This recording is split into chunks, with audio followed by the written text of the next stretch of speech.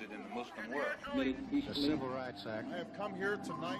I still have a dream.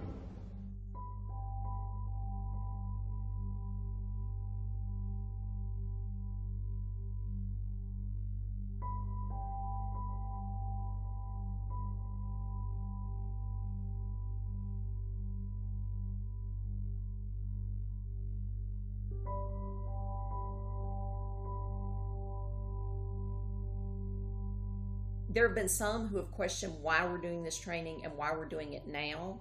And the reason we want to do it now is we want to do it before we have a huge issue. We want to do it before something blows up. But if you talk to the members of the transgender community, they already have issues. It's just that most of us don't see them.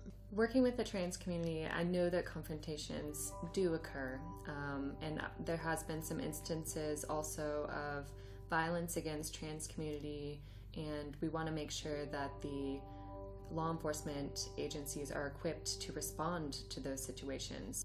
We're hopeful that this training will help to prevent hate crimes before they happen and help to change attitudes so that hate crimes don't happen. I'm very excited about this training. I think it's a great opportunity for CRS to come to our state and make a positive impact within the LGBT community. Although CRS could come in and do this training themselves, they suggested and we agreed that it would be much more meaningful if we had members of the transgender community who participated in the training.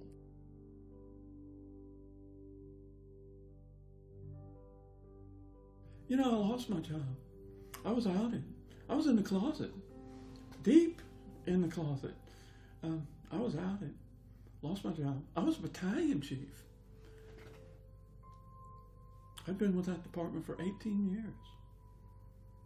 Somebody came up with some pictures of me. That was it. I was done. Not only was I done, they wanted to investigate me for things that I didn't do. I was taken in by police officers and told I had no rights. This is something I'm good at. This is something that I can do. I've taught firefighters, I've taught police officers, I've taught EMTs, I've taught paramedics. Do I want this program to work? Absolutely. Because I don't want anyone else to go through those things that I did.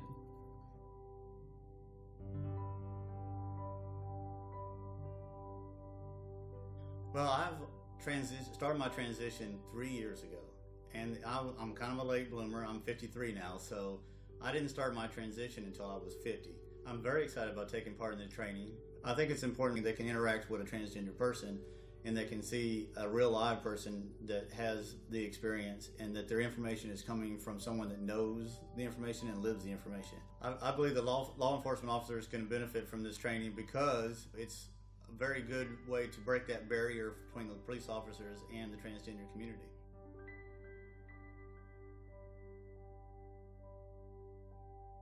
Well, my journey from Tish to Tyler started when I was about, I would say about 6 years old. And, you know, I knew something was different in me.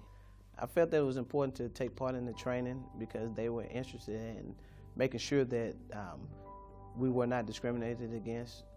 You, as law enforcement officers, you treat an individual the way you're supposed to do. You treat them just like it's your family. This training is important for law enforcement officers so that we can understand that, you know, everyone is important in this society. You don't want anyone to feel like they're being discriminated against. You want people to feel like they're protected. You want people to feel like they matter. So it's very important for someone to feel comfortable within themselves, within the communities that they reside in, and to feel safe.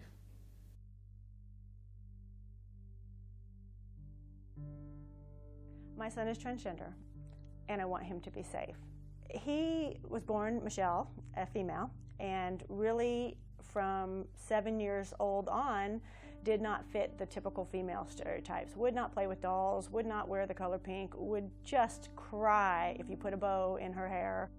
He's been living as a male for 5 years now. That child is still the same child. It's the same, he has the same thoughts, the same feelings, same emotions. So what? We call him Trace. Instead of Michelle and so what, we say he instead of she. Really, that's the only difference. If he's ever in trouble, I want him to be able to turn to the police and know that they have been trained and that they can treat him with the respect that he deserves. I think the training today went well. We have a lot of law enforcement officers from different communities here today, and I think that they learned a lot. And they asked plenty of questions, I tell you. There's a great need for this training in Mississippi, but there's also a great need for it throughout the United States and in every other state. Because it's not just here in Mississippi that these tragedies are happening, it's throughout the United States. So I think it should be, widespread. Community Relations Service is amazing. I had not heard of it before, and to know that there is a group out there that will come into a situation that is a high conflict situation and provide training and facilitation and mediation for these situations is amazing to me.